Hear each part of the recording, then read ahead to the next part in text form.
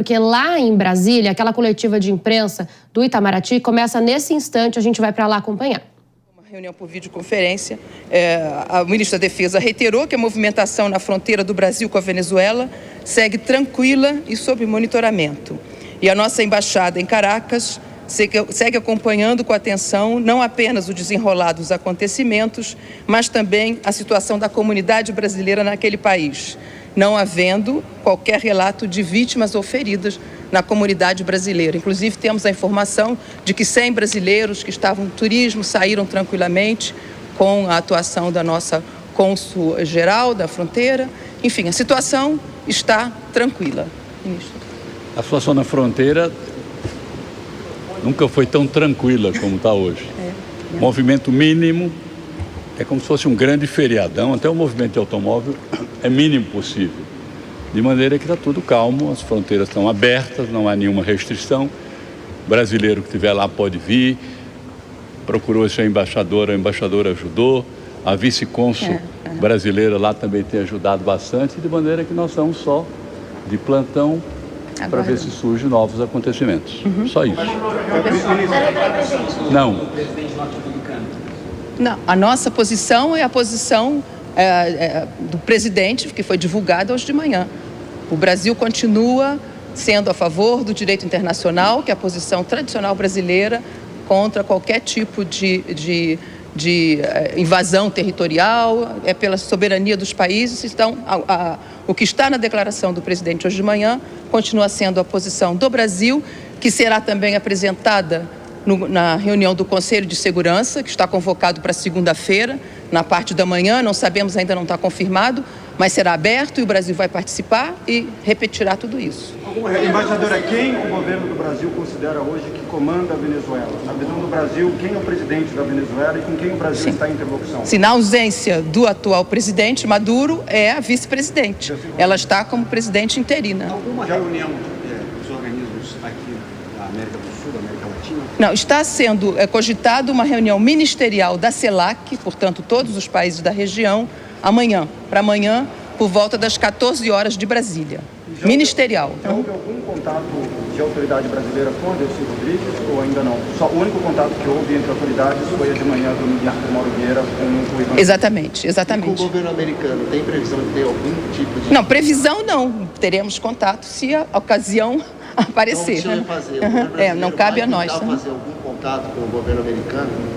Não, faremos durante a reunião do Conselho de Segurança, não é? Não cabe a nós fazer nenhum tipo de contato, né? Mas vamos fazer algum comentário sobre a declaração do presidente Trump e essa ameaça? É o mesmo comentário da nossa posição, da posição que ele divulgou na parte da manhã. Está muito clara. Existe preocupação a respeito dos Estados Unidos assumirem a administração da Venezuela, tido que é um país vizinho, há alguma preocupação sobre essa mudança de... Sim, temos que esperar e aguardar, ver como é que isso vai se desenrolar. Eu acho que a reunião no Conselho de Segurança, as reuniões que vão acontecer daqui para frente, poderão deixar mais claro todas essas... Tá bem? Gente, obrigada. Obrigado. Tchau, tchau. Amanhã tem alguma reunião prevista nesse mundo emergencial? Não. Por hora não. Olha, quem falava em Brasília agora é a secretária-geral do Itamaraty, Maria Laura da Rocha, uma coletiva de imprensa, então, bastante rápida, durou aí 5 minutinhos, mais com os questionamentos dos jornalistas. E são só para a gente retomar algumas informações importantes da fala tanto da secretária-geral do Itamaraty quanto do ministro da Defesa, José Múcio, de que agora o Brasil, então, considera que a presidente da Venezuela é Delcy Rodrigues, então, que é a vice-presidente que assumiu interinamente. Foram questionados, sobre quem consideram, já que os Estados Unidos mesmos disseram que devem assumir ali, pelo menos transitoriamente, de alguma forma que não foi explicada ainda pelo presidente Donald Trump, esse governo. Também falaram de uma reunião da CELAC. A CELAC é a Comunidade de Estados Latino-Americanos e Caribenhos, e também com os órgãos de justiça sobre esse assunto, agendada para amanhã às 14h. Então, posicionamento do Itamaraty permanece o mesmo que foi publicado pelo presidente Lula, ali no meio da manhã, mais ou menos, em que considera que o diálogo é necessário, que condenou o ataque dos Estados Unidos à Venezuela, citando ali a diplomacia e a soberania dos países. E agora, então, de acordo com eles mesmos, aguardam, então, novos desdobramentos e principalmente essas reuniões com outros países para entenderem melhor como é que fica o cenário. Sobre isso, então, eu vou voltar a chamar tanto a Maria de Carli quanto também o nosso editor de internacional, Fabrício Naitsky, que está aqui nos nossos estúdios, está o dia inteiro, na verdade, aqui, né, Fabrício? Chegou logo cedo já com a notícia.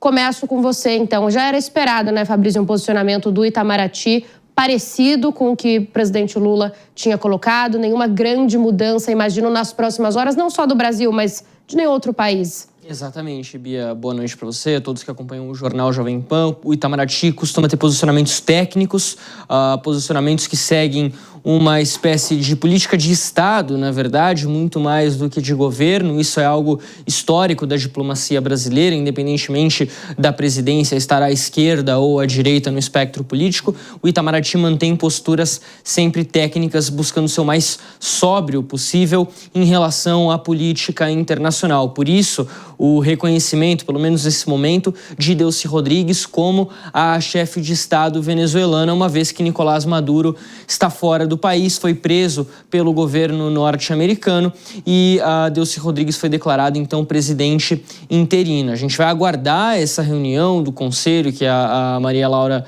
mencionou nessa entrevista coletiva. É interessante esse destaque feito pelo ministro Múcio em relação à tranquilidade na zona de fronteira entre Brasil e Venezuela, ali na região de Pacaraima, norte do estado de Roraima, porque é claro que pode haver uma nova saída em massa de venezuelanos em direção ao Brasil, como também podemos ver futuramente uma tentativa de retorno de muitos venezuelanos que estão fora do país já há algum tempo. Desde 2014, pelo menos 8 milhões de pessoas deixaram a Venezuela por conta da crise econômica e social que o país atravessa. O que a gente pode analisar nesse momento, quando José Múcio fala que a situação está tranquila em relação à Venezuela, é de que, de fato, o que aconteceu nessa madrugada de sábado para a extração de Nicolás Maduro e sua esposa lá de Caracas foi uma operação bastante pontual dos Estados Unidos, precisa, algo que coincide muito com a coletiva de imprensa feita hoje em Mar-a-Lago, de que os Estados Unidos agiram de forma decisiva e com extrema precisão para evitar conflitos, para evitar troca de disparos, para evitar mortes e tirar Nicolás Maduro de dentro da Venezuela. Claro que isso pode se intensificar e isso vai depender muito da postura do exército venezuelano e também de Delcy Rodrigues. Delcy Rodrigues recebeu muitos elogios de Nicolás Maduro enquanto vice-presidente. Maduro chamava ela de uma tigresa na defesa do governo venezuelano. Se ela mantiver uma postura muito fiel a Nicolás Maduro, a gente pode ver novos conflitos, porque Donald Trump já falou na coletiva de hoje que se os Estados Unidos voltarem, se houver uma segunda onda de ataque norte-americano na Venezuela, ela será ainda maior, ainda mais forte, possivelmente muito mais sangrenta. Se o exército venezuelano tentar reagir também a essa ação dos Estados Unidos, a gente pode ver um conflito em larga escala na Venezuela. Um conflito em larga escala não interessa a ninguém. O que interessa mais para os Estados Unidos nesse momento é conseguir, de fato, um controle nessa dinâmica entre Caracas e Washington. Ou seja, Delcy Rodrigues pode até permanecer no governo. Possivelmente é isso que vai acontecer de fato, até que seja instalada essa transição.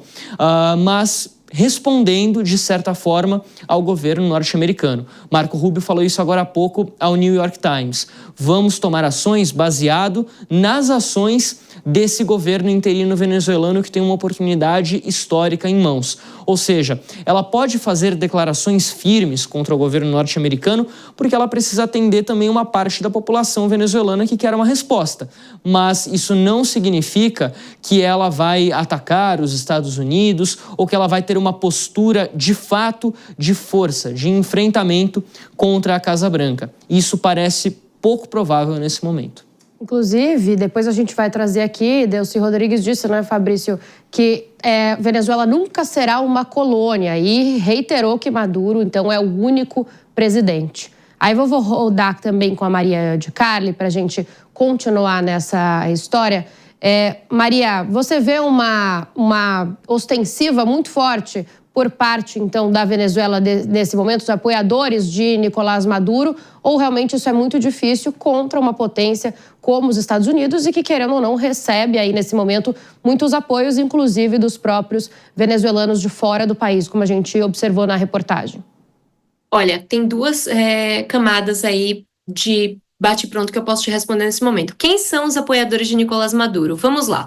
A gente viu que nas eleições que foram fraudadas, cerca de 70% da população votou no governo de Edmundo González versus o quê? 30%, algo em torno de 25% que apoiou o governo Maduro. Dentre esses 25%, 30%, quem de fato apoiava o governo per se, por conta da legitimidade que exercia sobre o povo venezuelano ou por questões ideológicas? Acredito que uma fração muito pequena, porque o resto dessas pessoas provavelmente faziam parte desse aparelhamento de um Estado que estava altamente inchado. E aí eu chego na minha segunda camada em relação aos apoiadores de Maduro, porque o Maduro constituiu o seu apoio através de corrupção, de promoções injustas. Ele tinha ali um aparato que ele sustentava. Tive a oportunidade de conversar com muitos refugiados venezuelanos, inclusive o Brasil é o terceiro receptor de refugiados venezuelanos. Temos algo em torno de 620 mil refugiados venezuelanos em solo brasileiro, e eles me informaram, não, o Maduro ele faz ali, nomeia generais sem ter o critério técnico, faz uma série de benevolências para ter ali os seus apoiadores. Ou seja, se um sistema e um regime é apoiado por corrupção, tudo indica que esse regime ele tende a ser frágil, seus apoiadores ali tendem a ser frágeis, e um outro governo, digamos assim, que vier com uma oferta maior, consegue esse apoio desse aparato. Então é complexo. Eu não sei se o Maduro teria uma forte base de apoio ideológica que quer que esse regime permaneça, porque a qualidade de vida da população piorou muito ao longo desses 26 anos, do Chávez para o Maduro e até agora. Então é complexo. Eu vejo que a população quer mudança, votou para isso,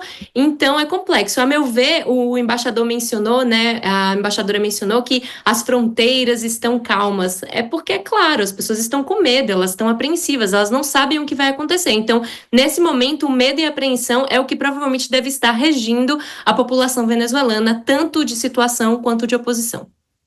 Olha, agora a gente vai voltar lá para Brasília. O Igor Damasceno, que falava com a gente, depois acompanhou a coletiva de imprensa, agora volta para passar maiores informações. Igor, foi uma coletiva bastante rápida, né? Mas já tem, então, até reunião agendada para amanhã, isso mesmo?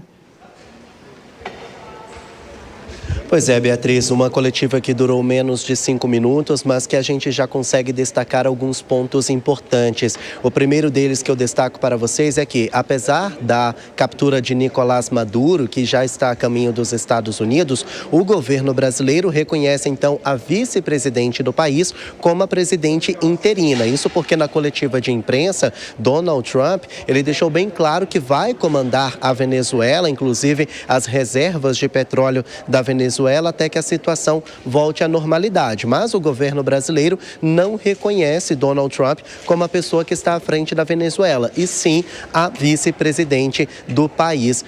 Esse é o posicionamento do governo federal nesse momento. Também adiantou que o Brasil vai participar da reunião do Conselho de Segurança e que por lá ele vai tentar um diálogo com o governo norte-americano, com Donald Trump. Não tem nenhuma tratativa para que os dois conversem eventualmente por telefone ou por videoconferência. Vai ser tudo mesmo uma tentativa no Conselho de Segurança. E tem também a reunião da CELAC, que são os países latino-americanos e caribenhos, que vão se reunir na semana que vem, e que o principal assunto sobre a mesa, de fato, vai ser essa ofensiva, essa captura de Nicolás Maduro por parte do governo norte-americano. Agora, as outras informações, elas se repetiram. Disseram que a fronteira do Brasil com a Venezuela está numa situação tranquila, que, se for necessário, vai ter um reforço na segurança. Disseram também que os brasileiros que moram na Venezuela estão seguros, não há brasileiros entre as possíveis vítimas da Venezuela, né? A gente sabe que teve um bombardeio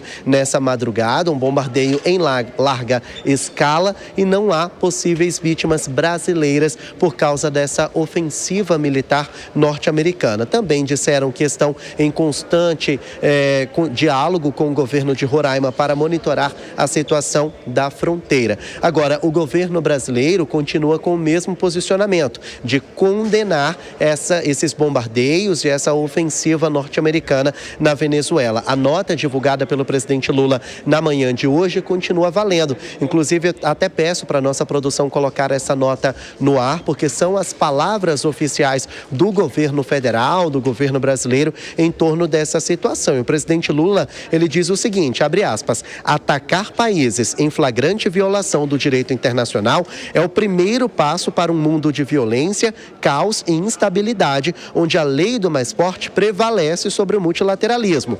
A condenação ao uso da força é consistente com a posição que o Brasil sempre tem adotado em situações recentes em outros países e regiões. E finaliza a nota dizendo o seguinte, o Brasil condena essas ações e segue à disposição para promover a via do diálogo e da cooperação. Essas últimas palavras de que segue à disposição é porque o presidente Lula, desde o ano passado, Bia, ele tem se colocado como uma pessoa que poderia mediar esse conflito, mediar o debate entre Venezuela e Estados Unidos. Ele se colocou à disposição para intermediar uma possível saída, um acordo entre os dois países. E agora o presidente Lula reforça mais uma vez que está à disposição para intermediar esse diálogo entre Venezuela e Estados Unidos. Ainda que a situação ela já esteja totalmente concentrada em Donald Trump, Lula está disposto a tentar uma negociação entre os dois países para que não haja conflitos aqui na América do Sul,